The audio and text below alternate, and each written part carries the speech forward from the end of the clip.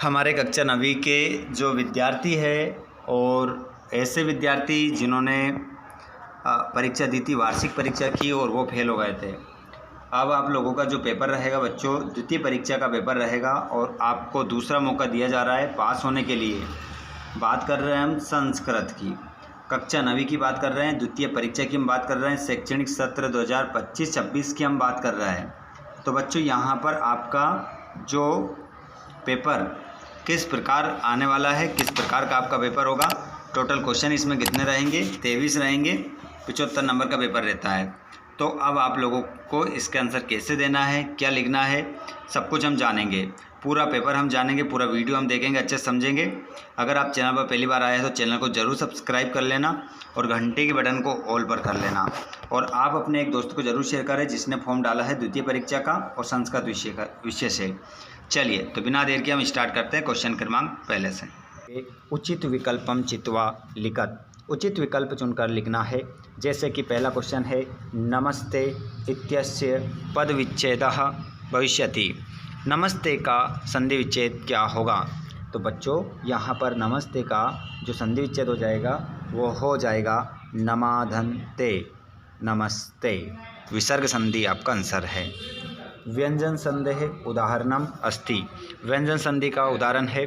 तो व्यंजन संधि का उदाहरण यहाँ पर देखेंगे तो वाक्धन ईश, यही हमारा व्यंजन संधि का उदाहरण हो जाएगा। वाक्धन ईश आपका सही उत्तर हो जाएगा, बन जाएगा वागीश। ठीक है, ये इसमें गुण है, इसमें दीर्घ है, इसमें भी दीर्घ है। अगले प्रश्न को देखते हैं। हितो उपदेश इत्यस्य पदे संधि अस्ति।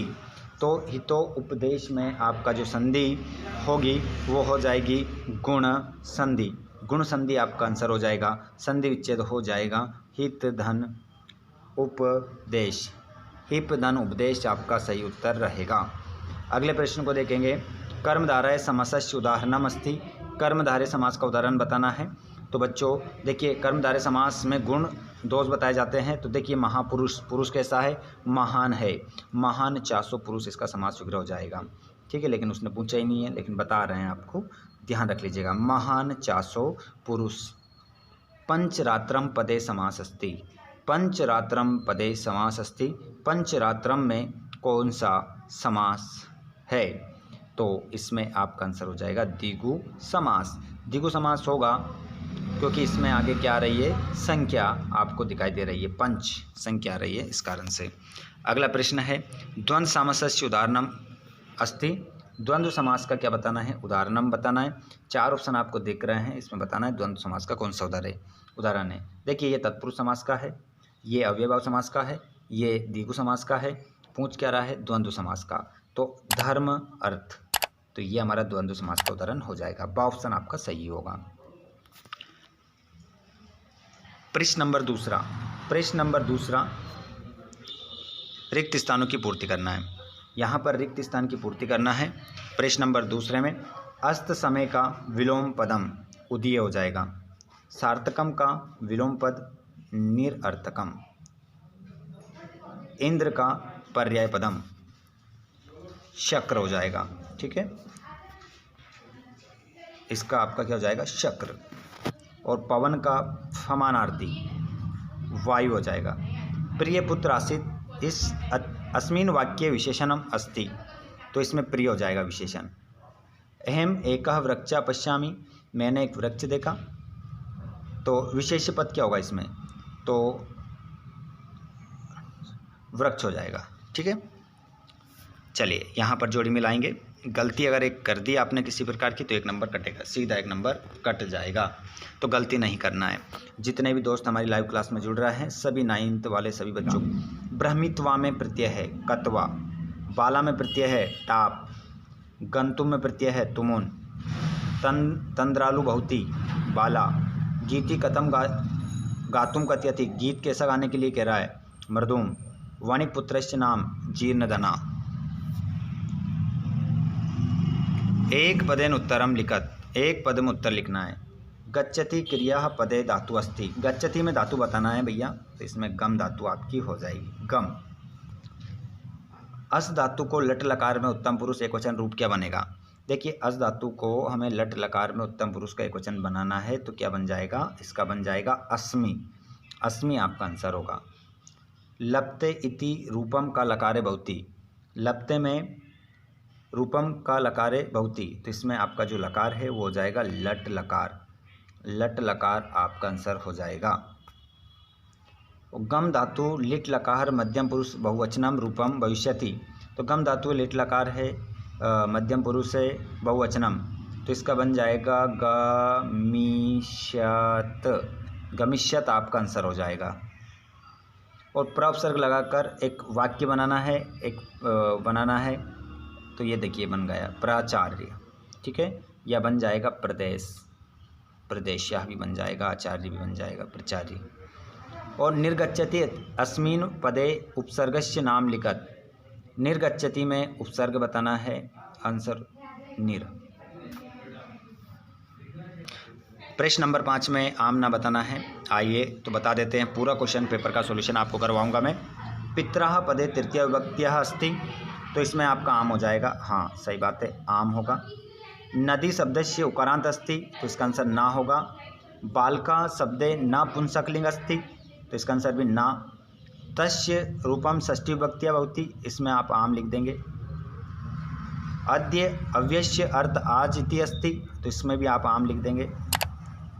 और कच्चपा शनै शनै चलती अस्मिन् वाक्य अव्यम नास्ति, तो इसका भी ना हो जाएगा, क्योंकि इसमें अव्यय है शनै शनै। चलिए अब क्वेश्चन आंसर देख लेंगे। कवि वाणीम किम कथयति, कवि वाणी से क्या कहता है, तो वो कहता है नवीनाम वीनाम निनानिदुम, नवीनाम नवीनाम वीनाम निनादितुम, नवीनाम वीनाम निनादितुम, निनादितुम, ठीक है, ऐसा वो कहता है, नई वीणा को बजाओ। बालिका या पूर्व कीदृशा काका न दृष्टा, बालिका ने पहले कैसा कौवा नहीं देखा था, तो यहाँ पर आ जाएगा स्वर्ण पक्षो रजत चंचू, स्वर्ण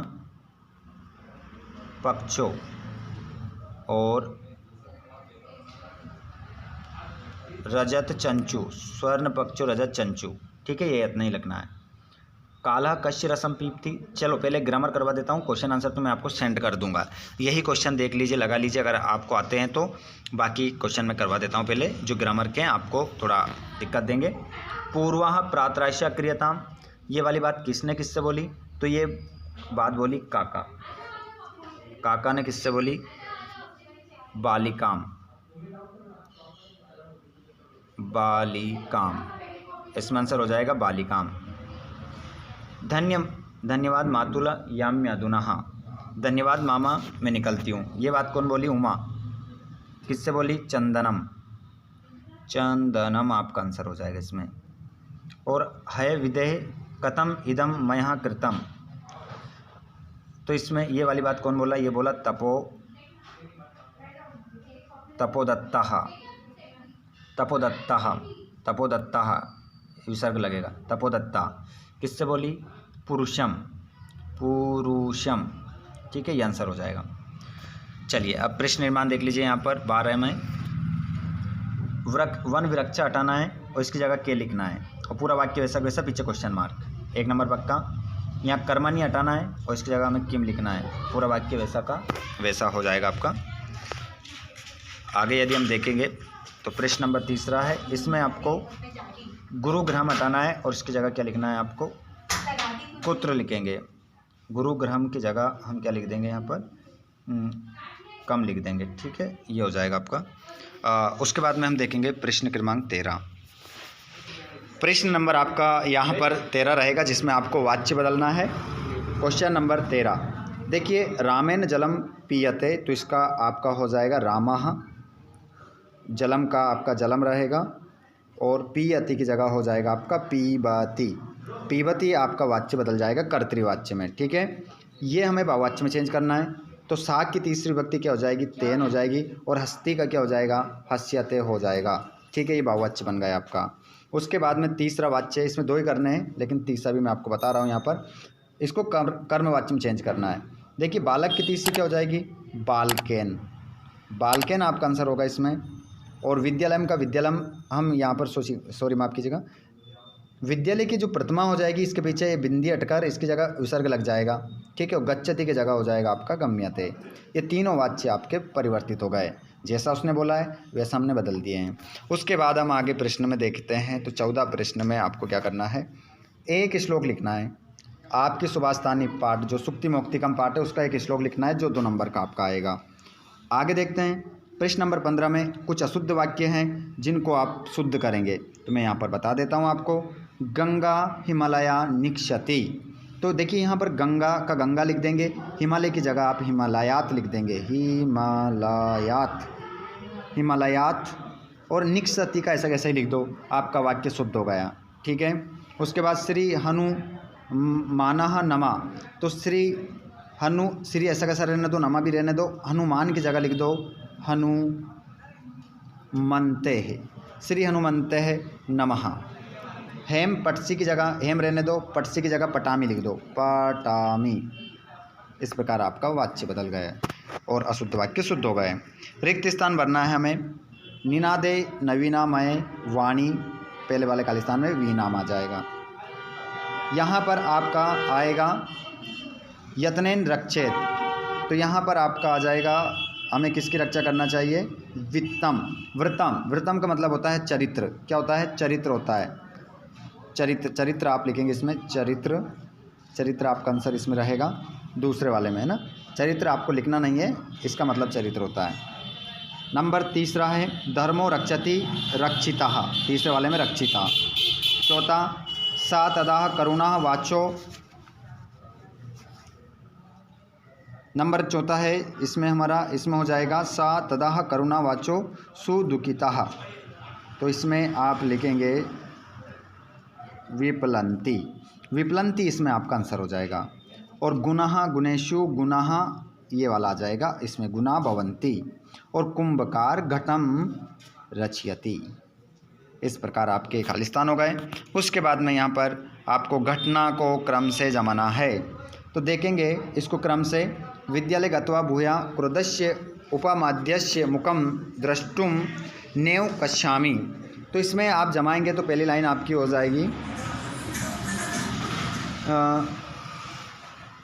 ये वाली लाइन 1 नंबर पर आ जाएगी। जिसके बाद में मधुकर वाली दूसरे नंबर पर आ जाएगी, सॉरी माफ़ कीजिएगा, ये 1 नंबर पर होगी। उसके बाद में ये 2 नंबर पर हो जाएगी, ये आपकी 3 नंबर पर हो जाएगी, 4 नंबर पर आ जाएगी, ठीक है। 3 नंबर, 4 नंबर और ये 1 नंबर, ये 2 नंबर, ठीक है। इस प्रकार आपका वाच्य हो जाए, ये क्रम जम जाएगा। उसके बाद में हमें यहाँ पर क्या करना है, उत्तर देना है। तो सह कथम आश्चर्यचकिता संजाता, वो कैसे आश्चर्यचकित हो गया था, क्या देखकर, तो यहाँ पर वृक्ष ऊपरी विलोक्य सह आश्चर्यचकिता जाता, ये आपका आंसर हो जाएगा। का सहित्वा प्रबुद्ध, कौन सोकर जागा था, तो इसका आंसर तो कौवई हो जाएगा, काका, ठीक है। 2 नंबर पक्के हुए हमारे। तीसरा सा केन सोपानेन स्वर्णमय भवनम आरोहत, वो कैसी सीढ़ी से सोने के भवन में गई, तो इसका आंसर हो जाएगा स्वर्ण सोपानम, ठीक है। ये आंसर है आपका, जो मैंने गोला बनाया ये आपका आंसर है, ये इसका आंसर हो जाएगा। नीचे वाला करना हो तो आप इसी प्रकार ढूंढ सकते हैं, कोई दिक्कत नहीं है। और 19वें वाले क्वेश्चन में आप देख सकते हैं का तदा करुणा वाचो विप्लंती सुदुखिता, तो इसमें आपका आंसर आ जाएगा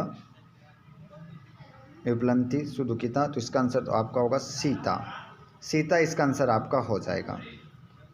अगला है आयात लोचना वनस्पति गतम का ददर्श, तो यहाँ पर आपका आंसर हो जाएगा गृदम, गृदम आपका आंसर हो जाएगा।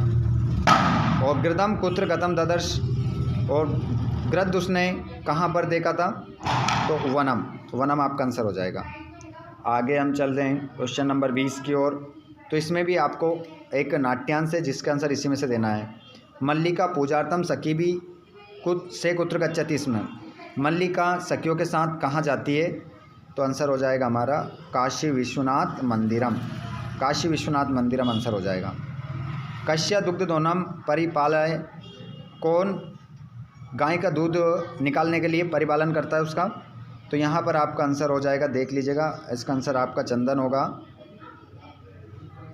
व्यवस्थाम च परिपालय, इतना ही लिखना है आपको। अगर पूरा लिखना है पूरा भी लिख सकते हैं, कहाँ से कहाँ तक, यहाँ से, है ना। तो उसका दूध की व्यवस्था कौन कर रहा था? चंदन कर रहा था, दूध निकालने की सारी व्यवस्था। और मल्लिका कदह प्रत्यह गाविष्यति, मल्लिका कब लौट आई थी? तो यहाँ पर आप देखेंगे मल्लिका कब लौट कर आई थी, तो इसमें आपको देखना पड़ेगा। तो इसमें आप जो आंसर लगा देंगे वो लगा देंगे सप्ताहांते। मल्लिका कब लौट आई थी? सप्ताह के अंत में लौट आई थी। उसके बाद आप देखेंगे यहाँ पर नीचे वाला देख सकते हैं, प्रश्न नंबर 21 में भी अपठित गद्यांश है, जिसके आंसर आप 4 ही प्रश्न के उत्तर आपको इसमें मिल जाएंगे, आराम से मिल जाएंगे, बिल्कुल ढूंढ सकते हैं, आपको दिक्कत नहीं है। जैसे कि पहला देख सकते हैं, शरीरम कस्य प्रथम साधनम, तो ये देखिए यहाँ पर धर्मस्य, ये आंसर हो जाएगा, सभी मिल जाएंगे। संस्कृत में बहुत आसान होता है आंसर ढूंढना। उसके बाद आप देखेंगे अवकाश का प्रार्थना पत्र लिखना है, जो 4 नंबर का है। मैंने डिस्क्रिप्शन में लिंक दे रहा हूँ अवकाश के प्रार्थना पत्र की, उस पर क्लिक कर ये एप्लीकेशन आप देख लेना। और प्रश्न नंबर ये 23 है, सारे निबंध डले हुए हैं चैनल पर, लिंक डिस्क्रिप्शन में आपको मिल जाएगी, खोल कर देखेंगे आप तो सारे निबंध आपको मिल जाएंगे। लेकिन इम्पोर्टेंट आप लोगों के लिए संस्कृत भाषाया महत्वम और मम प्रिय कवि, दोनों वेरी इंपॉर्टेंट है। दोनों में से अगर आपने कर लिए तो आपका निबंध पूरा बन जाएगा। ठीक है, अगर इनमें से कोई सा भी प्रश्न आपको समझ में नहीं आया हो तो कमेंट बॉक्स में ज़रूर बता दीजिएगा, स्पेशल उसी क्वेश्चन के ऊपर आपको वीडियो बनाकर प्रोवाइड करवा दिया जाएगा। और टेलीग्राम से नहीं जुड़े हैं तो ज़रूर जुड़िएगा, डिस्क्रिप्शन में लिंक है। धन्यवाद, थैंक्स फॉर वॉचिंग, जय हिंद।